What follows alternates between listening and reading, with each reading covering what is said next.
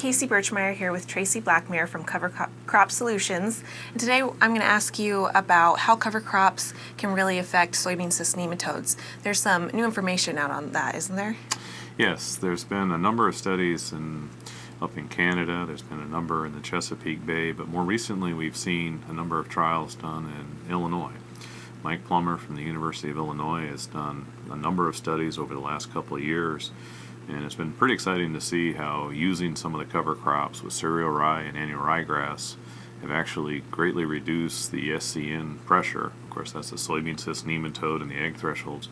And in some cases, it reduced them from over 8,000 eggs down to less than 200 eggs.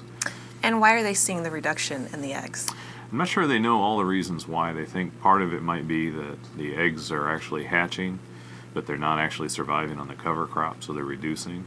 But there's several possibilities, but they've definitely seen the impact on a number of locations, a number of years, and this is triggering a lot more research in a lot of areas. Okay, and how do cover crops play into the nutrient reduction strategies?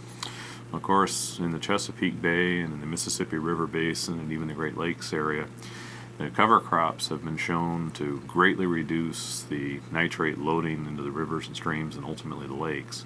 And by having a living crop taking up and actually catching the nutrients, and some people have called it a catch and release strategy, where they're taking up the nitrate, and so when the leaching rain comes through the soil, the nitrate's not available for loss.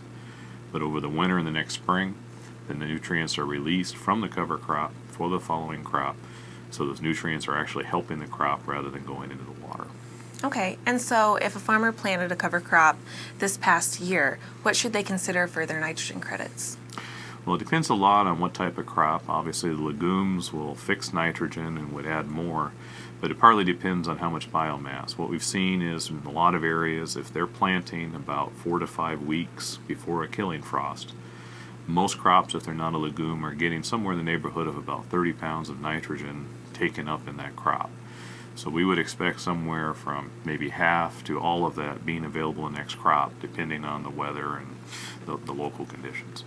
Okay, and then one question about the tillage radish. Can you tell me what an average size is for growers to find in their field? There's maybe some misconceptions about that.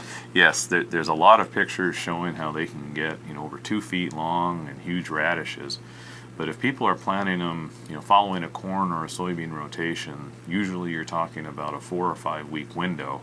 And so we would expect the tubers to be somewhere in the neighborhood of, maybe a foot tall, maybe 8 inches, not necessarily as big prize winning ones that you see like at a fair, but it's really the taproot underneath. And so if the leaves are only about this tall, the tuber might be about this tall, but you'll see a taproot that can actually go down several feet below that. Okay. And so when people see the giant ones and they look in their own field and they don't see them that big, they think maybe it's a failure. Actually, it's almost a failure when you see the big ones, because that means it didn't have competition and it just isn't a normal circumstance. Okay, and if everything goes well this summer and we're going into fall, when should growers start to seed their cover crops? Well, it depends somewhat on your strategy. And so if you're just looking for erosion control, you have more options. You can go later. You're just looking for some ground cover. But if you're really looking for things like a nutrient tie-up, you usually need 4 or 5 weeks of growth in the fall. So some crops will terminate earlier than others. Some won't even terminate in the fall. They'll go in the spring. So a lot of growers should really ask, are you willing to terminate the cover crop in the spring, or does it have to winter terminate? So are you going to plant? Do you have to plant something like oats and radishes that will winter kill in most areas? If so, you need to plant probably 4 or 5 weeks before a killing frost.